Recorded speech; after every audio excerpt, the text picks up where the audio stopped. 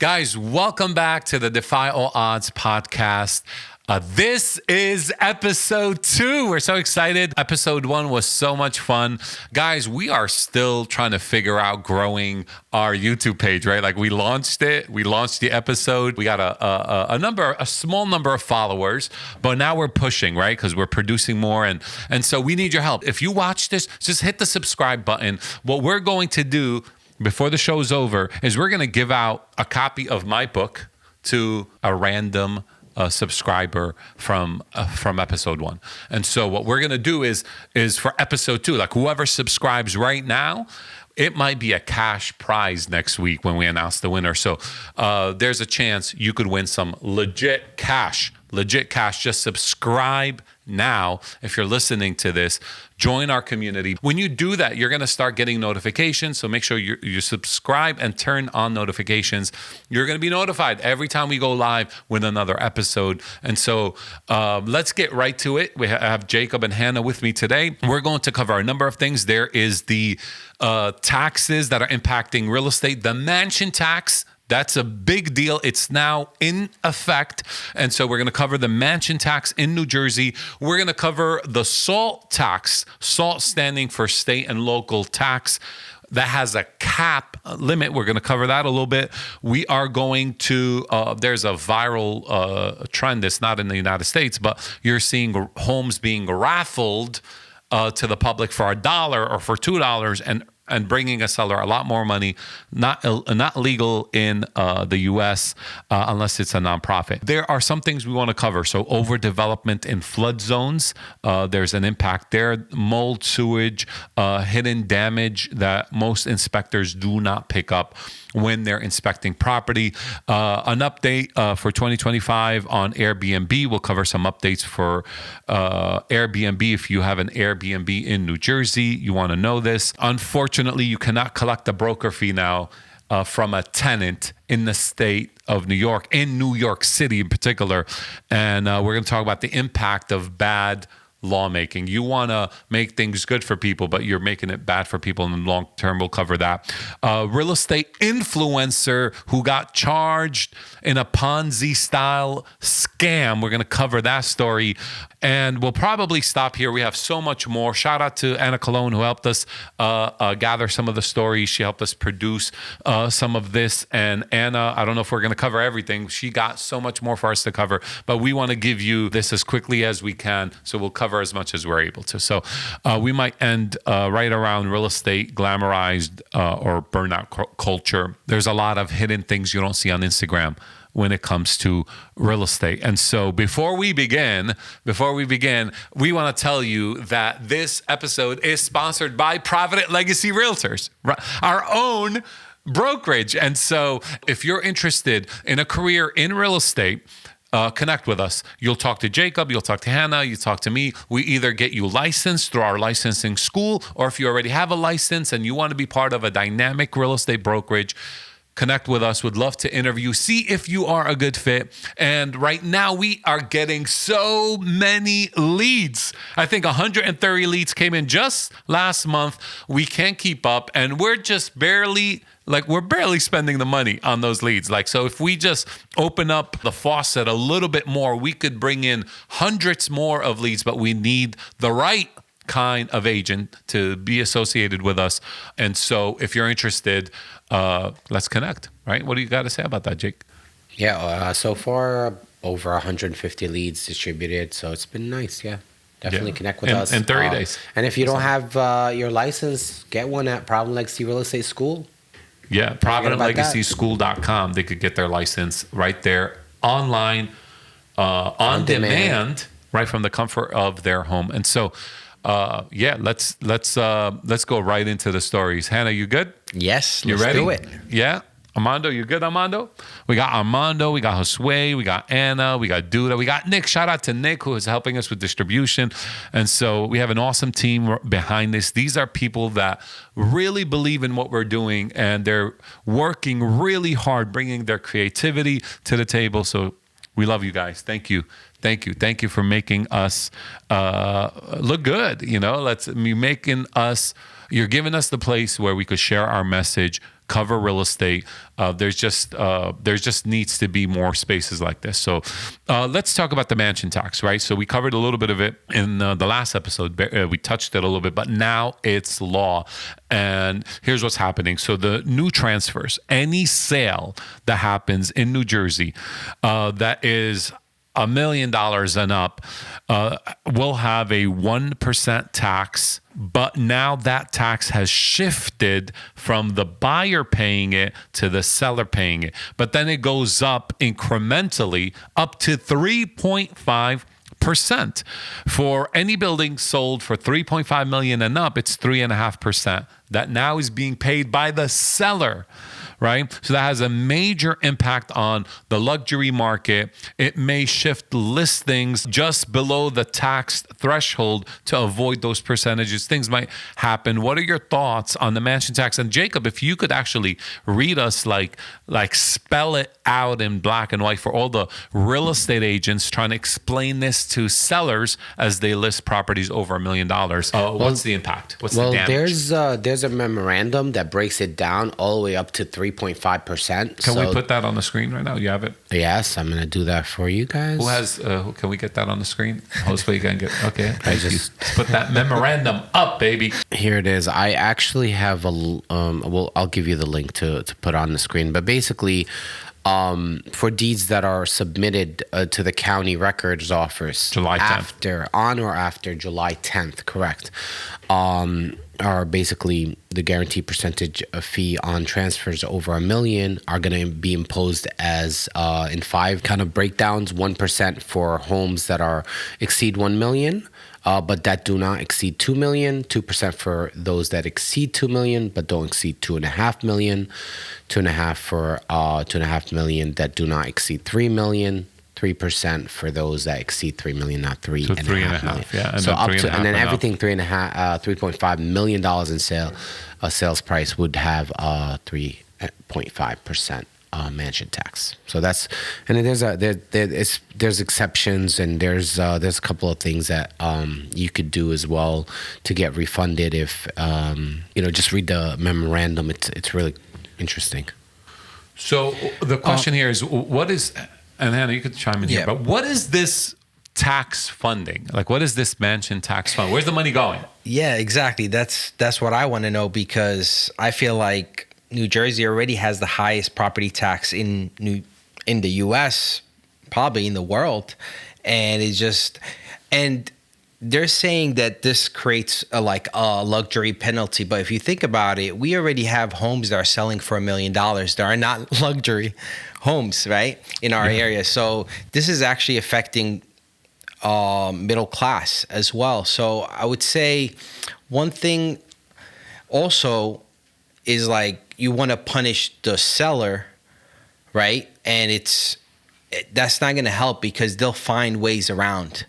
They'll list their house at $999, and maybe, hey, we'll sell the furniture separately. We'll do this separately, and all these things, and they'll find workarounds, and it's not good. I don't like it. So this tax is funding the New Jersey General Fund. Like, the money is going to the general fund. It is allocated to neighborhood revitalizations, like projects aiming at improving quality of life, health. So shore protection. It's going to protect the coastal communities. Highland Protection Fund. We have a fund that preserves the ecological importance of New Jersey's highland regions. And then the New Jersey Affordable Housing Trust Fund. Yeah.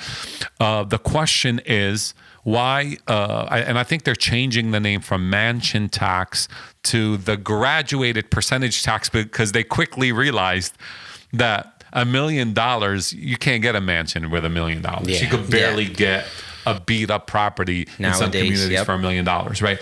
And so now, like, a mansion is like $5 million and up. You have the governor of Florida announcing that they want to eliminate property tax, and here in New Jersey, we're just adding more to our property tax. It's just crazy. It's like black and white. So for me, I think it's not good. we should. I read a report Yeah. this morning from NAR showing where we're seeing the most increase in migration from different states. And I was hoping New Jersey's on that list. No one is coming to New Jersey. Well, people are coming to New Jersey as spillovers, right, from New York, but they're fleeing New York. They come to Jersey, but ultimately they're not on the top 10 list. But Florida is there. Why is Florida there? Because they're making it easier to do business there. They're making it easier to retire. They're making it easier. They're finding more innovative ways to fund the state. But I kind of disagree a little bit on that. I mean, like, disagree you are with right. what? I'm disagreeing. What are you disagreeing with, Jacob? Okay, they're saying Josue's that gonna love people this. are going to people going telling to you Florida, facts. right? Yeah, no, I'm disagreeing because it's when you hear facts, right? There's always a driving factor, and that when that driving factor disappears, then you're gonna see the process of migration through like 10 years. We're talking about if you reflect one from year on to the next year, then yes, you're going to see like New Jersey might pop up that year, but not the next year. So, but when you see on a trend of 10, 20, usually about 20 years is significant data, you're going to realize, well, what's driving people to go to Florida? That's the real question. Is it the prices of homes? Prices of homes are still like pretty high. They're not like very low where it's, you consider other states as a possibility. But Florida had a lot of damage recently from the storm, right? So a lot of people got insurance money, fixed their homes, sold their homes, and they left their, like, is that data included? So we have to dig in a little deep on that. And I think New Jersey's actually one, I know the data doesn't have it right now, but New Jersey, people are flooding New Jersey as well. But it's not top 10, but it's still a significant amount of increases because we have a constant development and large companies, film companies, distribution companies moving into the state of New Jersey because there's a lot more people to serve here. I mean, it did reach, I agree with you that it did reach the top 10, but in a different category. New Jersey is actually number 10 in a list of the top 10 metro areas that lost popularity among local residents in Q2 of 2025. And so its out of market share was 71.7%. This is according to Realtor.com. And so you have California at the top of the list, the San Jose area, Washington second, Seattle, Salt Lake City. You have California's there, man. California, North Carolina. There's some metro areas that are losing popularity amongst their local residents. I don't want us to get off topic here, but all of this stems from our policies, like tax policies, real estate. I'm sure that's gonna this tax. Real estate is we're so talking important about. because it's where it has to do with where people want to live and why they want to live there and what they're willing to pay, what they're willing to sacrifice financially to be in those communities. And so when you have that mansion tax, what you're doing is you're telling the seller, it's a way of punishing the seller. Like, don't get out. So I if you see get out, it we're as, gonna hit you. Yeah, and We're gonna it's not keep you even here. that. It's the fact that they're kind of nickeling and diming it, like where it used to be a mansion tax, 1 million and above. That's it. Simple. Why couldn't because of inflation, right? For the last 10 years, 20 years, prices doubled, maybe tripled in some areas, right? Why can't we just say mansion tax is now 3 million? Why can't we just stick to one price instead of now nickeling every? No, now we have to like, the seller has to like talk to an accountant and decide like, oh, I can't sell it What above. they do, no, they could, but what they're going to do is they're going to include it in the price.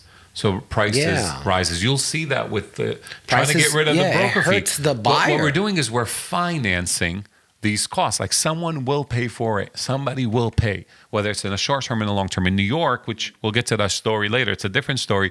New York banned broker fees being paid by the tenant.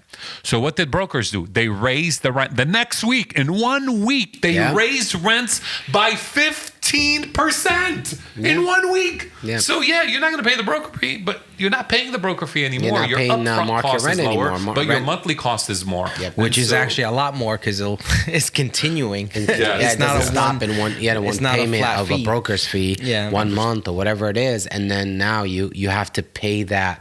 For I mean, 2 years, it's 2 a years. win for the landlords in this particular case. Although it's trying to impact the landlords to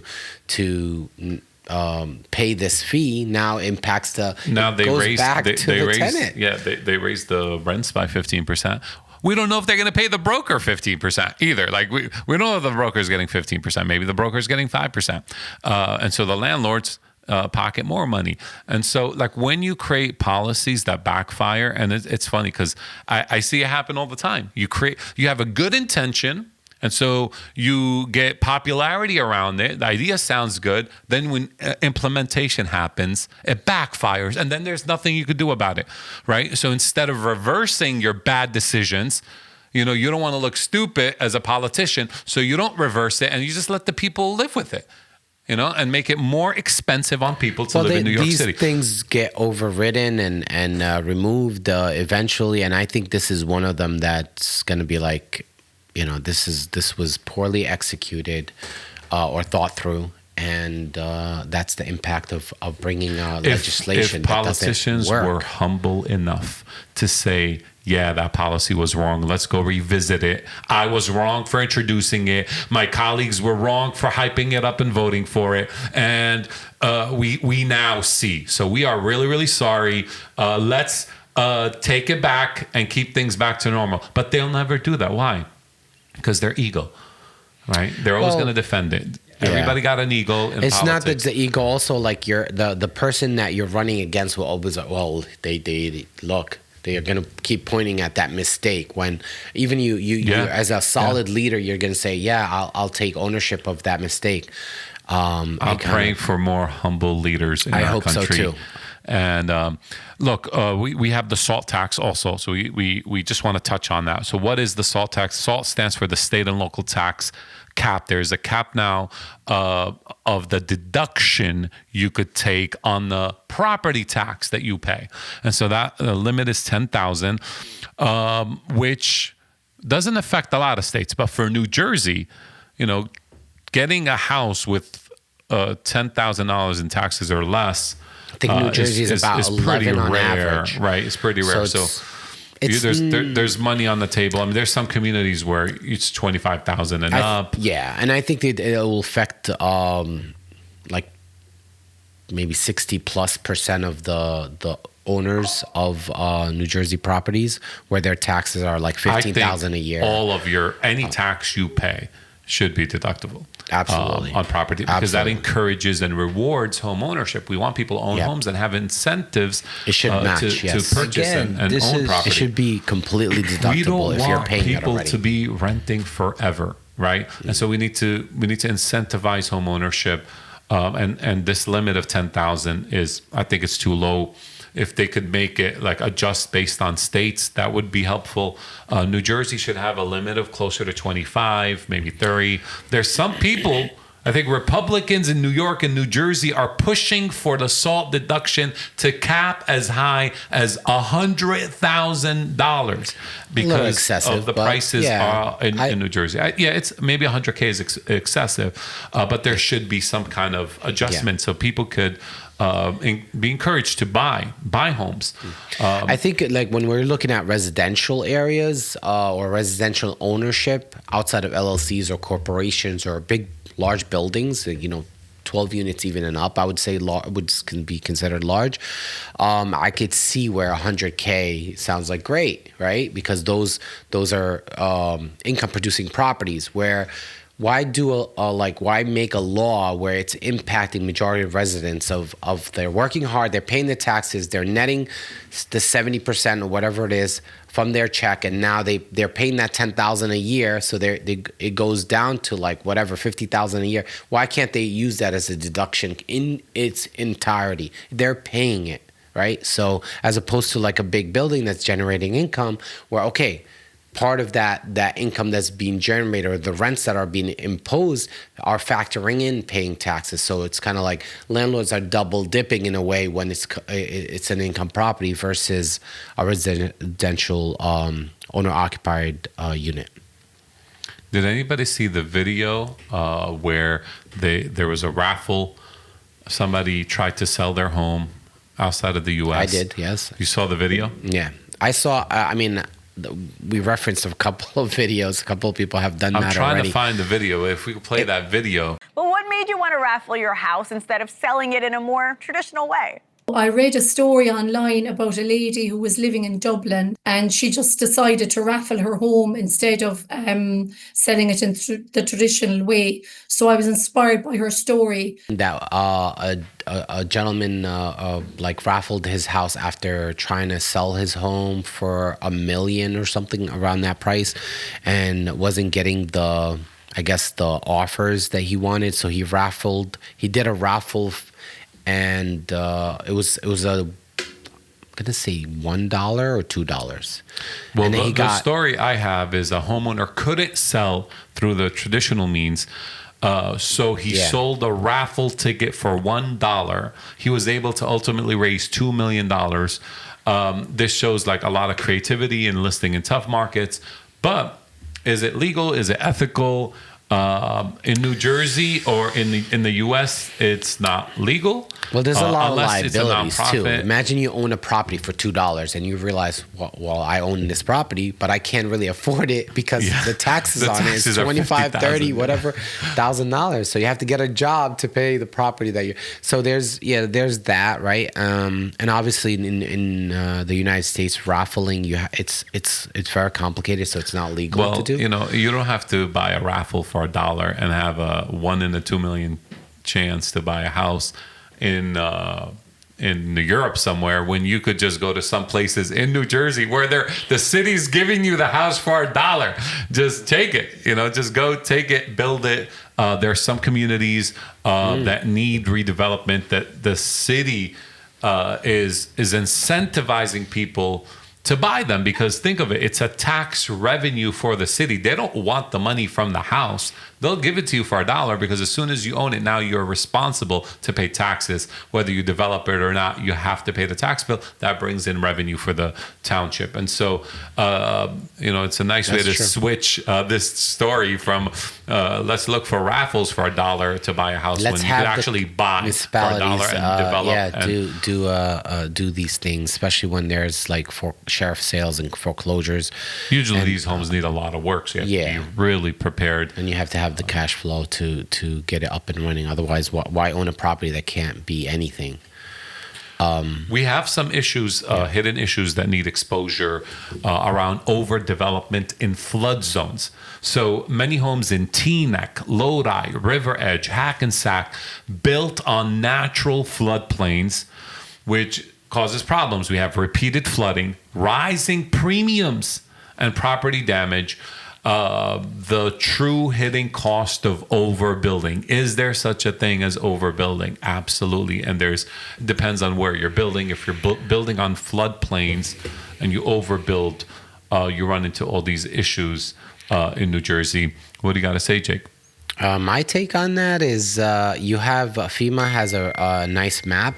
You could, look into the address that you're trying to buy, or the area you're buying into, and see if it's in a flood zone and if it requires flood insurance. They separate it in different categories of type of floods that property can endure. I think any property can technically flood. There's always, especially in areas that have waterways and rivers, canals, maybe even lakes, right? So there's bodies of water that can move. And when we have torrential rain, stuff like that, and it just sits there, especially like here in New Jersey, we have obviously areas that are close to the river to begin with. So they're on what we call sea level, right? Or like above a little bit above sea level. So they're going to have those risks. The problem, I think, the biggest problem is that premium will always rise. 2%, 3%. Lately, it's been like 15, New 20%. Jersey's been crazy how the cost of insurance is. It just sneaks up on you at the renewal. It's again kind of ridiculous to want to own a home if you're gonna, we talked about taxes, we're talking about insurance. And then we got high mortgage rates, right? Like we got mortgage rates. I mean, like close to 7%. Does the township or just the state itself want residents to stay? Do they want to have a community? They want have people put in money into that community so that they could raise their children, they could raise their family, they could raise their friends, they could be around people they love, they care about, build a strong community when everything seems like it's being taxed, being rising. That I just feel like at one point where it's gonna shift to like a complete decrease. Fortunately, that's not what's happening right now.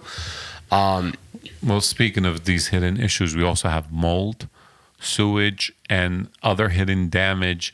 We have hidden mold outbreaks in basements in Hoboken, in Jersey City.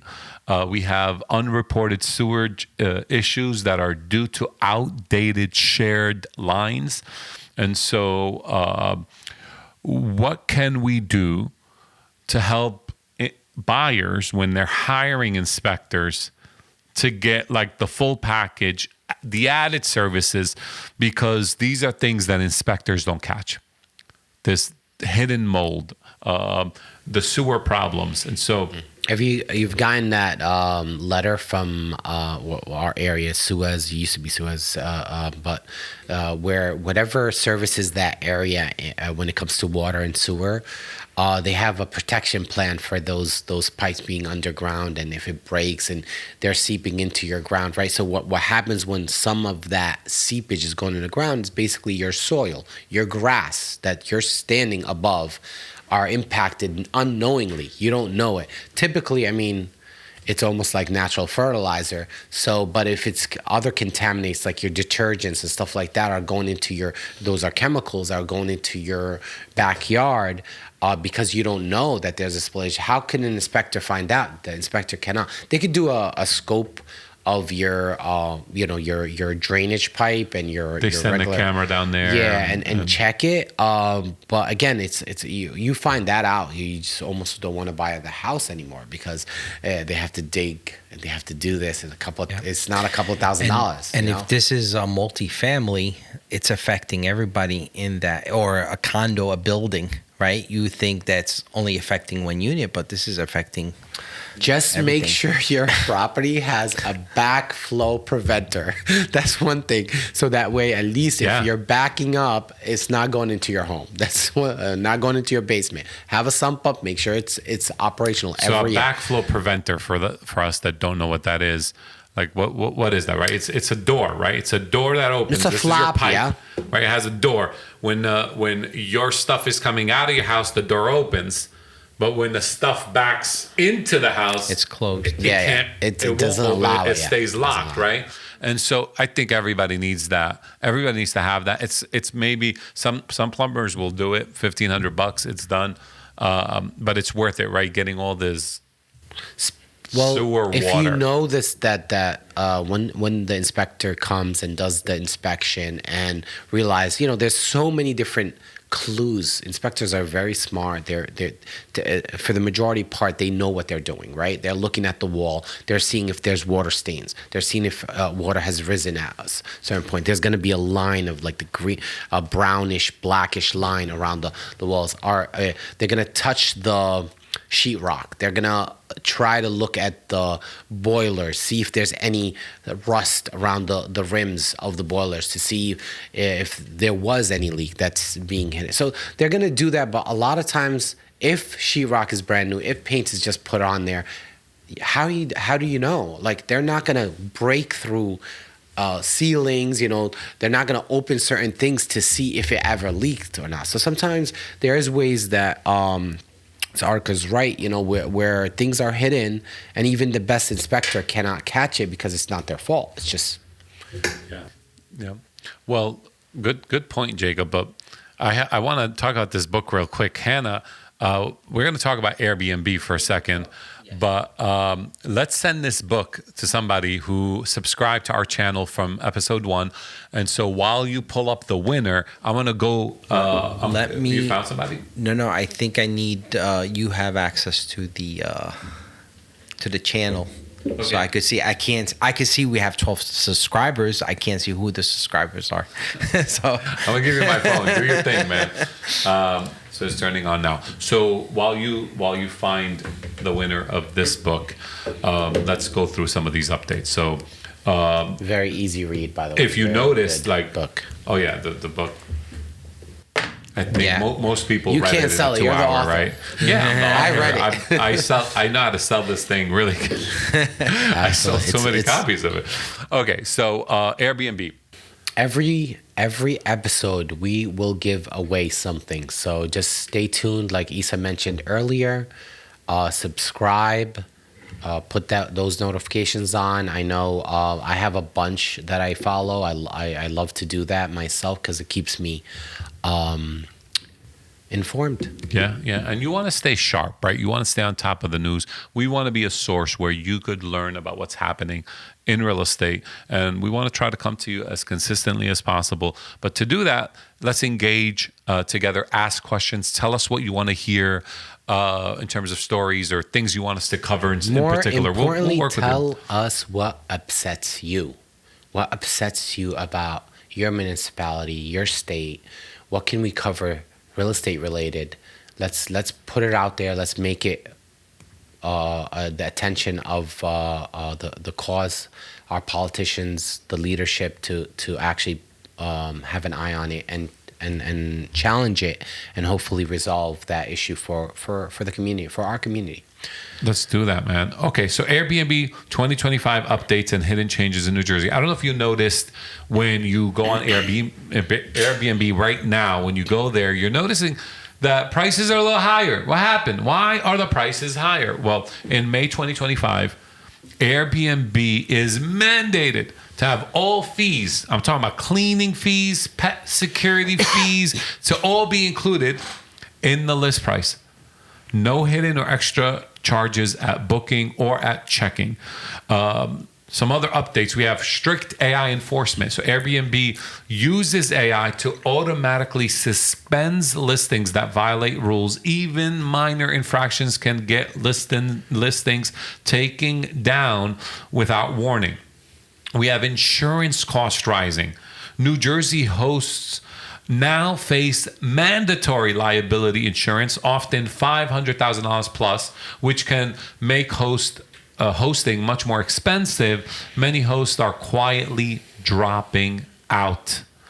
There's a situation. There's another place with tenant and sublet crackdowns. So cities like Jersey City are increasingly evicting tenants for unauthorized Airbnb rentals, with landlords enforcing stricter lease terms and local permits required. Also, post NYC shift, we have after New York City's stricter ban, New Jersey, especially Jersey City and shore towns, saw an Airbnb demand surge, but hosts face rising regulation and cost. And so why do Airbnbs feel so outrageous now? What is Airbnb telling you? What are how are hosts being impacted in 2025? There's a couple of points here. One, Airbnb almost worked as a triple net lease. You get a price and then you realize you pay a lot more at the end of your stay, right? Having that as be your gross price and having that implemented, yes, the price got up, but at least now the consumer knows their bottom line from the start, as opposed to reading through the do not do the list, this is the cleaning fee, this is the tax, etc. I think that's a clean way to do it. But Airbnb has always been problematic in residential areas, as you know, people use Airbnbs for a variety of things, whether it's related to work, vacation, just their leisure. Sometimes they impact the communities that they are offering Airbnb, where that community is disrupted temporarily. Right? Well, it depends like on the frequency, right? So if you're getting families that are going on vacation and booking a place for a week versus like a hotel where it's like one night at a time, and now you have one house that's getting people in and out, in and out. Then cleaners are coming in between to clean things up and get them ready, and keys and movement. So I could see how that could be disruptive in some. Imagine a building of just normal building, 5 units, 6 units, and every day you see a different person come in. Yeah. You know? Here's my take. Hannah lives in a condo setup where you kind of like, So I mean, in our condo setup, we have the bylaws where it's set up as of now that you have to rent it for a 1-year lease or more. The way I was thinking about it, if you're gonna do Airbnb, do it for the whole building. Don't do half and a half. You don't want people partying or something, and then long-term tenants mixed with short-term tenants. I don't like that. In terms of Bayonne, but bylaws, like building bylaws. yeah. So the like, bylaws they govern that, right? Yes, that could be changed. The question is, do we need more governing on top of the governing on top of the governing? Yeah, it's tough with condos. It's tough. Like in our situation is different because it's a lot smaller. So we could decide collectively and say, hey, is this going to be better? That was one of the ideas. Maybe down the line, we switch the whole building into an Airbnb. But the city went against it. They were for it as long as you're not renting an attic space or a basement. That's how it was supposed to be. It was supposed to be functioning as that rules. I'm in agreement with you. Like regulation, I'm generally not a regulation guy unless it's necessary. Like basements and attics and unsafe spaces, and that's what we need government to do. Yes, like exactly. The dangerous stuff, not when somebody's trying to make money legally, just using their space for additional income. The single mom who bought a house, she wants to make an additional income. Rent is only X amount, but Airbnb covers the entire mortgage, gives some extra income, and helps people come up, right? It helps people come up using entrepreneurship. It's when I only get upset with regulation that punishes good people. That's why, like, when it's a blanket rule that doesn't have specifics in it, it solves some issues and creates other issues elsewhere. Something happened there, because I'm sure it's taking away from all the hotels in New York. So something have happened because they were for it and now they're against it, and I don't like it. It's not good. Well, we talked about the ban in NYC, so I'm not going to cover that story in length. But on June 11th, New York City's Fairness in Apartment Rental Expenses, the FAIR Act, prohibits landlords from charging broker fees to tenants. First of all, it's really the broker that charges the fee, but what they're saying essentially, they're shifting the responsibility away from tenants to landlords, and we saw an instant impact, right? So following the implementation, rental prices surged 15% in 1 week. The average rent jumped from $4,750 in Manhattan, New York City, to $5,500 as landlords recalibrated their pricing to offset. This is like circumventing this law. Like, there's no way to regulate a landlord. Like, the landlord is going to get their money. If you're going to push fees on them, they're going to figure it out. And guess what? So if you're looking at the math approach to this, so if the broker's fee is typically 1 month's rent, and the rent used to be $4,750, and now the landlord raised it to $5,500, right? And they are paying the broker's fee, so they're paying the broker $5,500. They're getting it from the tenant at $750 a month. You multiply that by 12, you're at $9,000. Yeah. So we also saw a reduced amount of listings. There's like 2,000 listings disappeared. So that creates more demand. It creates like a shadow market where there's listings that are happening kind of like off market. There are legal challenges. The Real Estate Board of New York filed a motion earlier this month seeking to pause the Fair Act until legal battle is resolved. But we'll see how this pans out and what it turns into. I know we're running out of time and there's so much to cover, but we got to like at least touch this, right? Yes. There's the New Jersey real estate influencer.